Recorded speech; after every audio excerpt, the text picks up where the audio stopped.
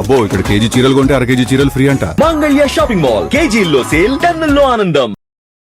సమకాలీన రాజకీయాల్లో వైఎస్ జగన్మోహన్ రెడ్డి వ్యూహ రచనలో దిట్ట అన్నది ఆయన ప్రత్యర్థులే ఒప్పుకుంటున్నటువంటి నేపథ్యం. వైఎస్ జగన్మోహన్ రెడ్డి వ్యూహ రచనలో దిట్ట అని ఆయన ప్రత్యర్థులు ఎందుకు ఒప్పుకుంటున్నారంటే, ఎలాంటి పరిస్థితులైనా తట్టుకొని ఆ పరిస్థితులకు అనుగుణంగా వ్యూహాన్ని రూపొందించుకొని ప్రత్యర్థిని సైతం ఆత్మరక్షణలో పడేయడం, అలాంటి వ్యూహాన్ని ఎంచుకోవడం వైఎస్ జగన్మోహన్ రెడ్డి ప్రత్యేకత. అందుకే ఇప్పుడు వైఎస్ జగన్మోహన్ రెడ్డి పాదయాత్ర విషయంలో కూడా అదే విధంగా వ్యవహరించబోతున్నారు, అదే వ్యూహాన్ని అనుసరించబోతున్నారు.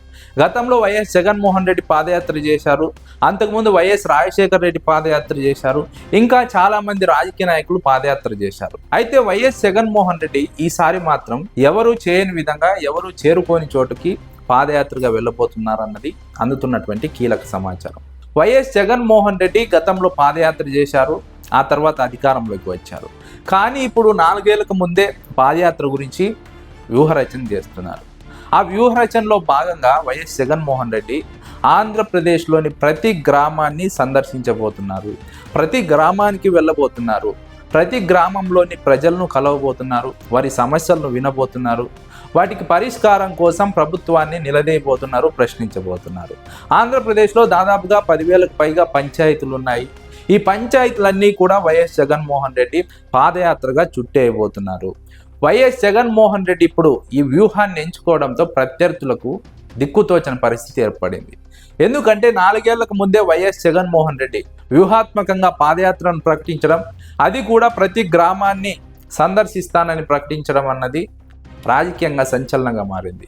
వైఎస్ జగన్మోహన్ రెడ్డి పాదయాత్ర ఈసారి ఆషామాషిగా ఉండదు అనడానికి వైఎస్ జగన్మోహన్ రెడ్డి ఎంచుకున్నటువంటి వ్యూహమే ఉదాహరణ. ప్రతి గ్రామంలో దాదాపుగా 3 ఏళ్ల పాటు వైఎస్ జగన్మోహన్ రెడ్డి రాష్ట్ర వ్యాప్తంగా పర్యటిస్తారు, ప్రతి గ్రామానికి పాదయాత్రగా వెళ్తారు, ప్రతి గ్రామంలో ఏదో ఒక విషయం పైన మాట్లాడతారు. రాష్ట్రం అంతా వైఎస్ జగన్మోహన్ రెడ్డి ఏం మాట్లాడతారు, ఏ విషయం గురించి ప్రభుత్వాన్ని ప్రశ్నిస్తారనే అటెన్షన్ 3 ఏళ్ల పాటు కంటిన్యూగా ఉంటుంది. మీడియా ఫోకస్ మొత్తం వైఎస్ జగన్మోహన్ రెడ్డి పైన 3 ఏళ్ల పాటు ఉంటుంది. వైఎస్ జగన్మోహన్ రెడ్డి 11 సీట్లకు పరిమితమైనా సరే ఒక బలమైన ప్రతిపక్ష నేతగా తన వాయిస్ను పాదయాత్ర ద్వారా వినిపించబోతున్నారు. ఈ వ్యూహమే వైఎస్ జగన్మోహన్ రెడ్డి అనుసరించబోతున్నారు. ఈ వ్యూహమే తెలుగుదేశం పార్టీకి నిద్ర లేకుండా చేస్తోంది. అధికారంలో ఉన్నప్పటికీ అధికారంలో ఉన్నామా ప్రతిపక్షంలో ఉన్నామా అనే ఒక డైలమాలో తెలుగుదేశం పార్టీని పడేసినటువంటి వ్యూహం వైఎస్ జగన్మోహన్ రెడ్డి. ఇటీవల ఆంధ్రజ్యోతిలో రాసినటువంటి వ్యాసంలో రాధాకృష్ణ ఇదే విషయాన్ని ప్రస్తావించారు. ప్రత్యర్థి అయినా సరే రాధాకృష్ణ వైఎస్ జగన్మోహన్ రెడ్డి వ్యూహాన్ని ఒప్పుకున్నారు. ఆయన వ్యూహ రచనలో దిట్ట అన్న విషయాన్ని రాధాకృష్ణ ప్రత్యక్షంగా ఒప్పుకున్నటువంటి నేపథ్యం. ప్రతిపక్షంలో ఉన్నప్పటికీ తెలుగుదేశం పార్టీని వైఎస్ జగన్మోహన్ రెడ్డి ఆత్మరక్షణలో పడేస్తున్నారు. తెలుగుదేశం పార్టీ మళ్ళీ వైఎస్ఆర్సీపీ కార్యకర్తల పైన దాడులు చేయాలన్నా, దౌర్జన్యం చేయాలన్నా, వేధింపులకు పాల్పడాలన్నా భయపడే విధంగా వైఎస్ జగన్మోహన్ రెడ్డి వ్యూహాత్మకంగా వ్యవహరిస్తున్నారంటూ ఆంధ్రజ్యోతి రాధాకృష్ణ రాసుకొచ్చారు. వాస్తవంగా వైఎస్ జగన్మోహన్ రెడ్డి భయపెట్టడం లేదు తెలుగుదేశం పార్టీ కార్యకర్తల్ని, తెలుగుదేశం పార్టీ నాయకుల్ని, తెలుగుదేశం పార్టీ అధినేతను. ఇప్పుడు మీరు నేర్పినటువంటి విద్యయే మీకు మళ్ళీ నేర్పుతా అంటూ వైఎస్ జగన్మోహన్ రెడ్డి చెబుతున్నారు తప్ప ఎక్కడా భయపెట్టడం లేదన్నది రాజకీయ విశ్లేషకుల అభిప్రాయం. ఆంధ్రజ్యోతి రాధాకృష్ణ ఈ విషయాన్ని గుర్తుపెట్టుకోవాలి. తెలుగుదేశం పార్టీ అధికారంలోకి వచ్చిన తర్వాత వైఎస్ఆర్సీపీ నేతలను, కార్యకర్తలను ఏ విధంగా వేధిస్తున్నారో, అరెస్టు చేస్తున్నారో, జైల్లో పెడుతున్నారో ఈ విషయాన్ని గమనించినప్పుడు ఆంధ్రజ్యోతి రాధాకృష్ణకు వైఎస్ జగన్మోహన్ రెడ్డి ఎందుకు ఈ విధంగా మాట్లాడుతున్నారో అర్థమవుతుంది. తెలుగుదేశం పార్టీ అరాచకాల నుంచి, తెలుగుదేశం పార్టీ అకృత్యాల నుంచి, అన్యాయాల నుంచి వైఎస్ఆర్సీపీ కార్యకర్తలను, వైఎస్ఆర్సీపీ నేతలను కాపాడుకోవడంలో భాగంగానే వైఎస్ జగన్మోహన్ రెడ్డి ఆ విధంగా మాట్లాడుతున్నారు తప్ప వైఎస్ జగన్మోహన్ రెడ్డి వైఖరి అది కాదు. వైఎస్ జగన్మోహన్ రెడ్డి కేవలం తెలుగుదేశం పార్టీ ఈరోజు ఏం చేస్తుందో అదే మేము భవిష్యత్తులో చేస్తామంటున్నారే తప్ప ఇంకోటి చెప్పడం లేదు.